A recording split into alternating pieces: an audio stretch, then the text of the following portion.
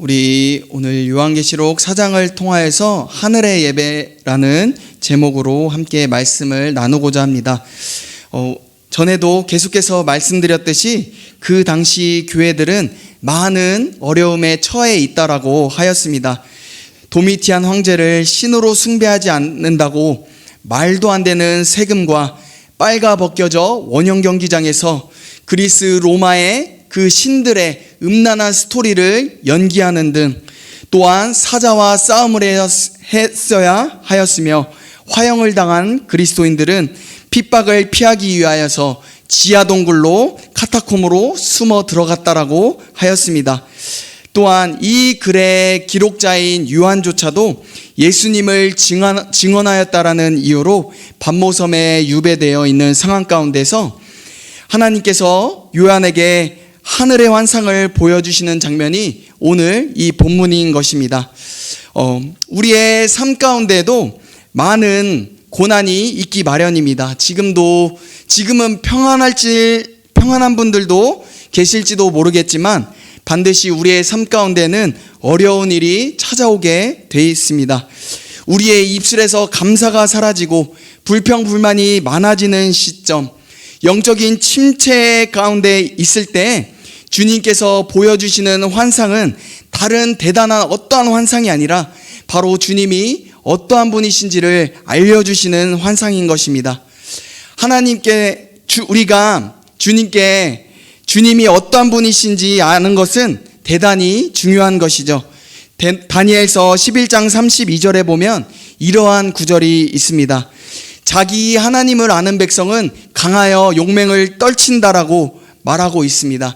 하지만 우리가 하나님을 모르게 된다면 우리의 가운데 영혼의 어두운 밤이 찾아올 때에 약하며 믿음을 저버린다, 이렇게 보아도 되겠지요. 성경에 보면 하나님을 알았던 다윗이 한 일을 우리는 잘 알고 있습니다. 그가 10대 소년일 때 당시에 이스라엘의 모태신앙으로 성장한 이스라엘 군인들이 넘쳐남에도 불구하고 어느 누구도 골리앗과 싸울 엄두가 없었죠. 하지만 하나님을 친밀하게 알았던 다윗은 골리앗 앞에 담대히 나아가 승리를 쟁취할 수 있었던 것이죠. 다윗의 그 용맹은 어디에서 생겨났고 그가 알았던 하나님은 도대체 어떠한 분이셨을까요? 그가 고백하는 시편 23편에 자신이 알고 있는 하나님에 대해서 나누기 시작합니다. 그는 하나님을 목자로 알고 있었죠. 우리도 마찬가지로 어두운 시간들을 지나갈 때 하나님께서 나의 목자라는 사실이 믿어진다라면 우리는 언제 어디서나 승리할 줄로 믿습니다. 제가 들은 이야기 중에 이스라엘이나 이렇게 파키스탄 같은 나라들은 양을 한두 마리 키우는 것이 아니라 대량으로 키우기 때문에 마을마다 공동 우리를 만들어서 그것들을 한 목자를 뽑아서 그 양을 돌보게 한다라고 합니다. 그런데 그 목자를 뽑기 위해서 콘테스트를 개최한다라고 하는데요. 우리가 생각할 때 어떤 사람이 목자로 뽑히면 마땅할까요? 우리가 생각할 때 젊고 근육이 많고 싸움을 잘하는 사람이 목자가 되는 것이 합당하다고 생각하는 게 일방적일 것입니다. 하지만 실제로는요, 어떻게 뽑냐면 목자로 자원한 사람들의 위통을 다 벗겨본다고 합니다. 그 사람 몸에 얼마나 많은 상처가 있는지, 얼마나 사나운 짐승들과 싸우다가 늑대와 그 곰의 발톱에 그 상처가 있는지를, 그것들을 보고 뽑는다고 합니다. 하지만 아무리 젊고 강하고 용맹하다 할지라도 그 사람 몸에 상처 하나 없다라면 그 사람은 어떻게 판단되게 되는 것이죠? 그 사람은 곰이나 늑대가 올 때에 양을 버리고 도망갔다, 이렇게 생각하고 뽑히지 않는다라고 합니다. 이와 마찬가지로 우리 예수님께서는 자신을 요한복음에 소개할 때 선한 목자라고 말씀하고 있는 것이죠. 예수님의 몸에는 상처가 많으신 것입니다. 허리에는 창자국과 그의 손과 발에는 못자국과 그의 머리에는 가시 멸관 자국과 그의 온몸에는 채찍질로 난도질한 자국이 있는 것이죠. 동시에 그 목자께서는 어떠한 어려움 가운데서도 자신들의 양을 끝까지 돌보시고 지켜주시는 그런 목자가 우리 옆에 계시다라는 그 사실이 믿어진다라면 우리가 어떠한 영적 전쟁에서도 승리할 수 있는 것이죠. 우리가 1절 말씀을 함께 보겠습니다. 나팔 소리 같은 그 음성이 이르되 이리로 올라오라. 마땅히 일어날 일들을 내가 내게 보이리라. 이후에 마땅한 일 또한 환난입니다. 이 환난이 지난 후에 반드시 일어날 일을 보여주겠다 말씀하시는 것입니다.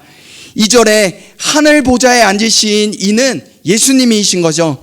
그 3절에 요한이 본 예수님의 모습은 벽옥과 홍보석 같고 무지개가 보좌에 둘렀는데 그 모양이 녹보석 같더라. 요한이 하늘에 올라가 예수님을 바라보는데 예수님의 그 영광은 너무나도 찬란하고 너무나 아름다운 분이시기 때문에 자기가 표현할 수 있는 가장 최상급의 보석과 같다라고 말씀하고 있는 것입니다. 우리 예수님은 그 이 세상 어떤 것보다 아름다운 분이신 줄로 믿습니다. 또한 우리의 예배도 그 보좌에 앉으신 예수님이 아름다우신 분이시라면 우리가 드리는 이 예배조차, 이 예배도 예수님이 계시죠. 우리가 예배 드릴 때마다 그 아름다우신 예수님의 영광을 날마다 충만하게 임재하는 것을 사모하고 간절히 기도하며 나아갈 때에 예배의 부흥이 더욱더 강력하게 임하게 될 줄로 믿습니다. 또 5절에 보시면 보좌로부터 번개와 음성과 우레소리가 나고 보좌 앞에 켠 등불 7이 있으니 이는 하나님의 7 영이라 말씀하고 있습니다. 성경에서 말하는 7은 완전수를 뜻하는 것인 것을 다 알고 계실 것인데요. 하나님의 7 영은 하나님이 7분 계시다라는 말이 아니라 완전하신 하나님께서 보좌에 계신다라는 것을 말씀하고 있는 것이죠. 그리고 또한 6절에 보시면 보좌 앞에 수정과 같은 유리바다가 있고 보좌 가운데 보좌 주위에 네 생물이 있는데 앞뒤에 눈들이 가득하더라. 예수님께서 계신 보좌 앞에는 수정과 같은 유리바다 같은 길이 있습니다. 아주 깨끗하고 찬란한 길이 보좌로 나아가는 길에 있는데요. 마찬가지로 우리가 예수님 앞에 나아갈 때는 더러운 상태로 나아갈 수 없다라는 뜻이죠. 우리의 마음과 몸이 정결케 되며 회개한 심령으로 나아가야 함을 말해주는 것입니다. 우리가 죄를 갖고 두 마음을 품고 드리는 흠이 있는 예배는 주님께서 받지 않으시는 예배이시기 때문인 것이죠. 물론 하나님께서 우리를 100% 완벽하기 때문에 사랑한 것은 아니죠. 또한 우리가 예배할 때 예수님의 보혈을 힘입어 주님 앞에 담대히 나아가야 할 담력을 얻었지만 우리의 삶과 우리가 하는 모든 일들이 세상과 동일하다면 주님께서 우리를 받으실 수 없는 것이죠.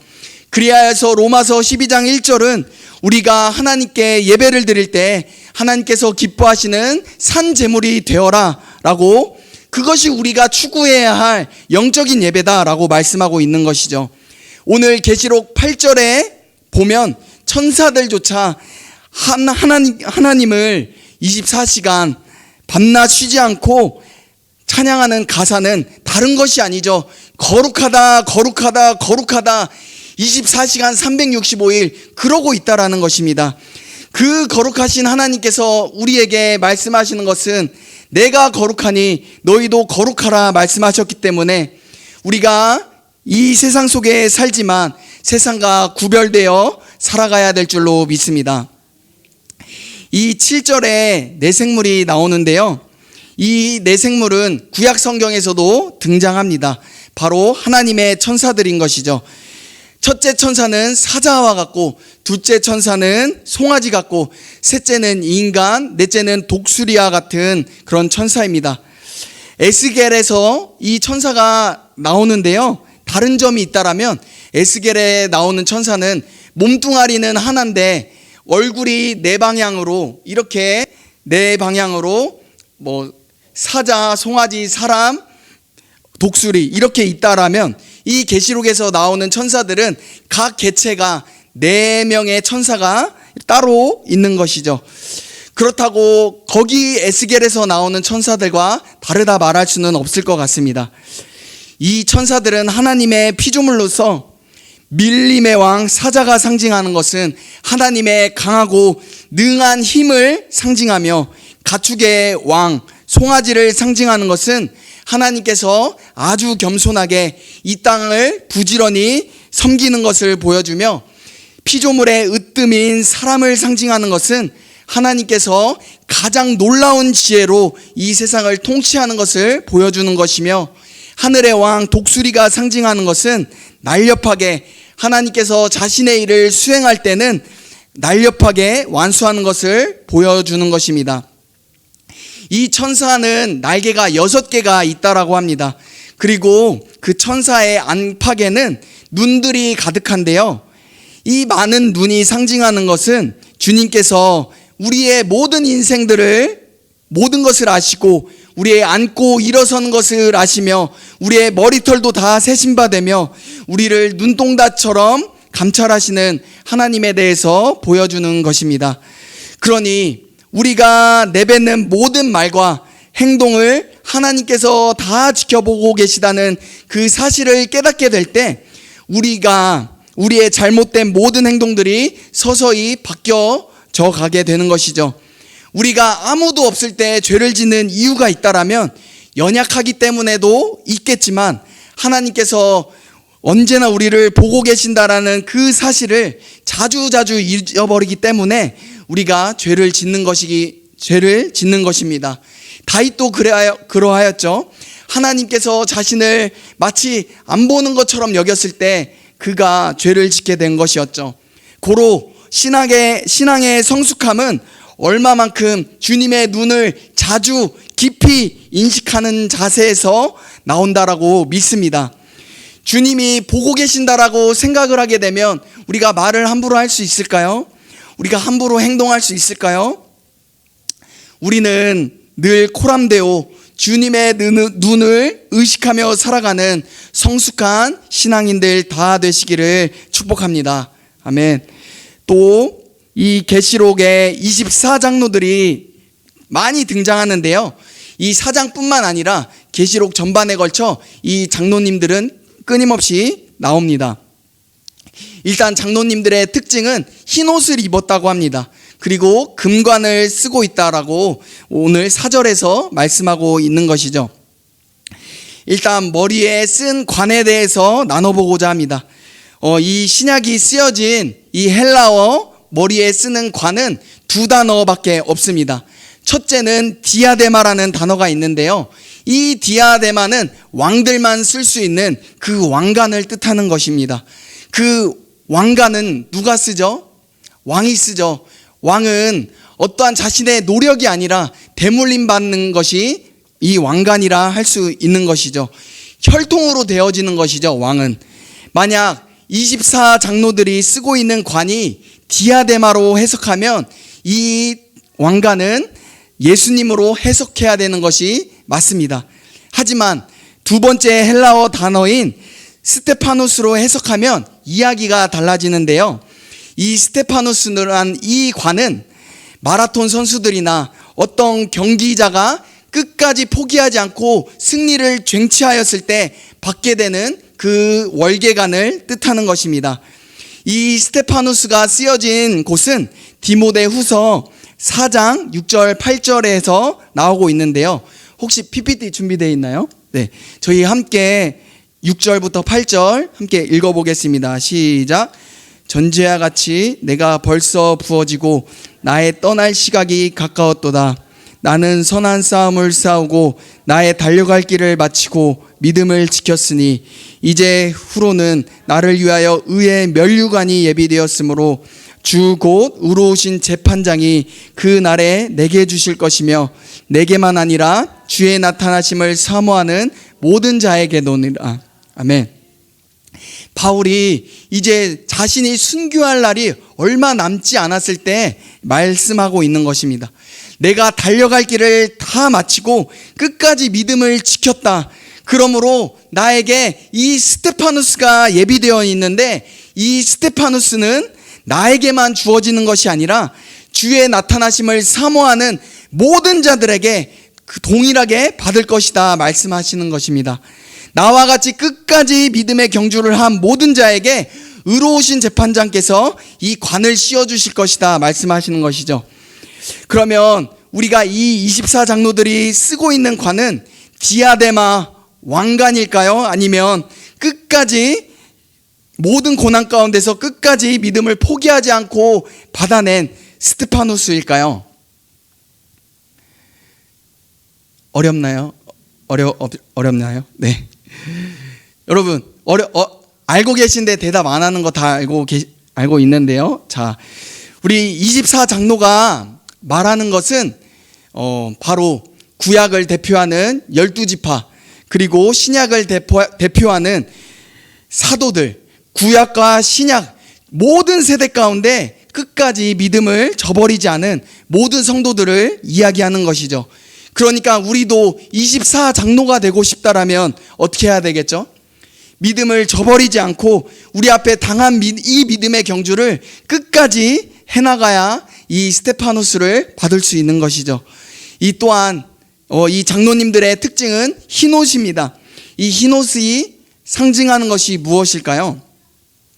이 4장에 나오지 않지만 7장 13절 14절에서 나오는데요.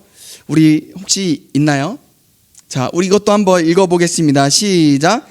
장로 중 하나가 응답하여 나에게 이르되 이 흰옷을 입은 자들이 누구며 또 어디서 왔느냐? 내가 말하기를 내 주여 당신이 아시나이다 하니 그가 나에게 이르되 이는 큰 환난에서 나오는 자들인데 어린 양의 피에 그 옷을 씻어 희게 하였느니라. 24장로님들은 큰 환난에서 나오는 자들인데요, 어린 양의 피에 옷을 씻어 희게 되었다라고 말씀하고 있습니다. 우리 성도님들 빨래를 해보면 잘 아시겠지만 양의 피로 빨래를 하면 어떤 색깔이 나올까요? 네? 하얀색이 될까요? 네, 빨간색이 되는 것이죠. 그런데 신천지들이나 그런 많은 이단들에서는 이렇게 흰옷에 집착을 합니다. 그리고 그 신천지 예배에 가보면 다 흰옷 입고 바지는 검은색, 모나미 패션이라고 말을 하는데요.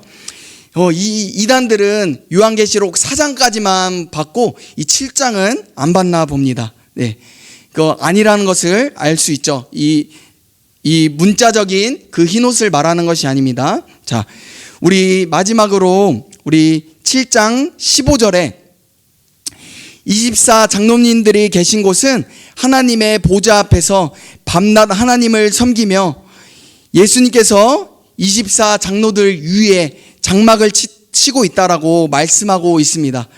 고로 당시 초대교회 성도들이 극심한 환난 가운데서 밤낮 주님을 섬기며 믿음을 저버리지 않고 믿음의 선한 경주를 해나갈 때 하나님의 장막과 하나님의 임재는 언제나 그들과 함께 있었다라는 것을 말해주는 구절입니다. 그곳이 심지어 자신이 빨개 벗겨진 원형 경기장이었다 할지라도 그곳에 하나님의 장막이 덮여 있으며 그 화형당하는 그 뜨거운 불고난 가운데서도 하나님의 그 장막은 그곳 가운데 덮여 있는 것이죠. 그곳이 지하 카타콤 동굴이라 할지라도 하나님의 임재와 장막은 한순간도 고난당하는 그 성도들과 영원히 함께 있는 것입니다. 그들이 비록 당시에는 말도 안 되는 세금 징수로 인하여 가난하여졌으며 재산을 몰수당하고 배고프고 목마른 고통 중에 있었겠지만 오늘 7장 16절에 말하는 것은 다시는 그 하늘에서는 줄이지도 아니하고 목마르지도 아니하며 해나 아무 뜨거운 기운에 상하지도 아니하리니 이는 보좌 가운데 계신 어린 양이 그들의 목자가 되사 생명수 샘으로 인도하시고 하나님께서 그들의 눈에서 모든 눈물을 씻어 주실 것입니다. 이렇게 말씀하고 있습니다. 그러니 지금도 마찬가지죠. 이 시간에도 전 세계에 수많은 기독교 박해 지역에서 박해당하고 있는 그리스도인들도 그리고 우리의 모든 삶 가운데서 신앙의 어려움을 당할 때도 끝까지 믿음의 경주를 띠고 있는 자들에게는 하나님의 장막이 덮여 있는 줄로 믿습니다. 그리고 우리가 계속해서 이 경주를 해 나아가야 되는 이유가 있다라면 이 세상은 끝이 아니라 우리는 반드시 부활할 것이며 하나님께서는 이 땅에서도 주님의 임재로 충만케 해주시며 우리가 죽어서는 우리를 가장 풍요롭고 만족스럽게 대해주시며 모든 눈물을 씻겨주실 것이기 때문인 것입니다. 아멘. 우리가 이 날을 사모하며 우리 앞에 주님께서 허락하신 이 믿음의 경주를 끝까지 뛰어가는 저와 우리 모든 성도님들을 되시기를 축복합니다. 아멘. 제가 기도하겠습니다.